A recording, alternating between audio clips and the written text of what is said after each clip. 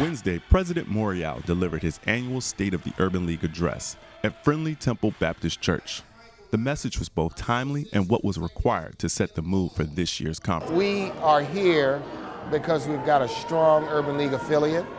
We're here because we wanted to showcase the work that they've done since the Ferguson uprising to better Ferguson, heal Ferguson, and improve the quality of life in Ferguson. What we have to do now is create more jobs. We have to give youth, ensure the education, and we have to improve social justice. And all those things are taking place. It's not something that happens overnight. And we tell people it's not where you stand, but what direction you're moving in. The day was concluded with this year's welcome reception being hosted at the Beer Garden at Anheuser-Busch.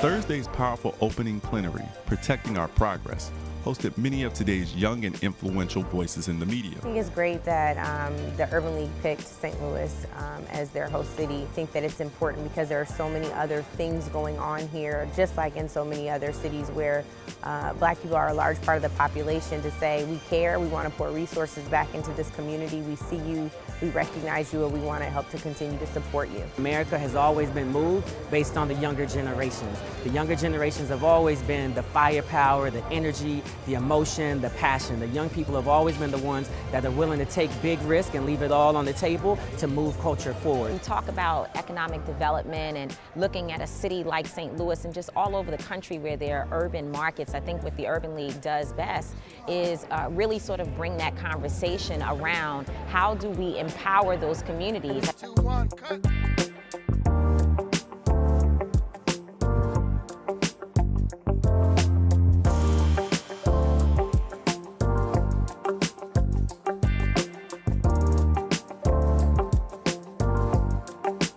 This year's conference saw a greater focus on strengthening the core of the organization, with sessions like Black Health Matters, Equity by Design, and the Main Street Marshall Plan. The YPs held their annual business meeting, where experiences and insights were shared, and the members campaigned for their chance to join the next leadership team. One thing is for sure, this year's conference reinforced our focus on our urban communities.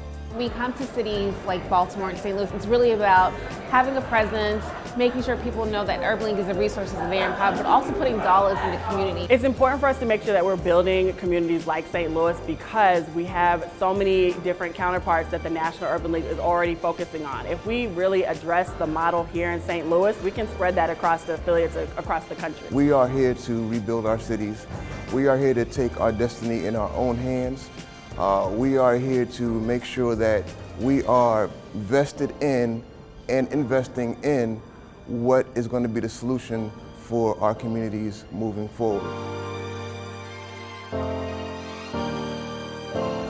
I've had the opportunity of serving as the national president, and so my job has kind of been to motivate and to provide guidance to those individuals throughout the country who are doing just that, supporting their local affiliates and making sure that the work that they're doing is shored up. General Motors has as one of our principles actually to contribute to the communities in which we work and live, to make them better places.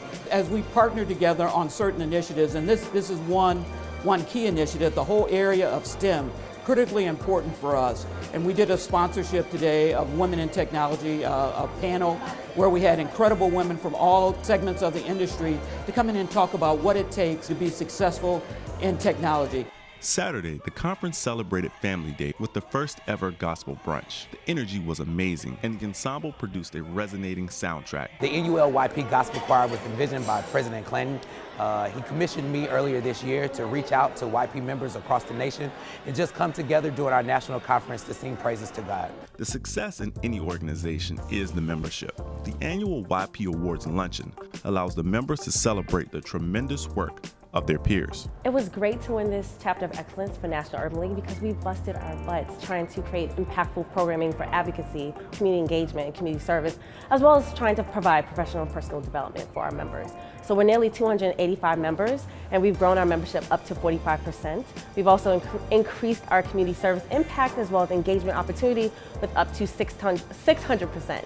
So we've done some great things within our community and want to continue to do more. As America continues through these trying and tumultuous times, it is the tireless sacrifices of these individuals that will help to restore hope in the communities that need it the most, our cities. We invite you to be the movement.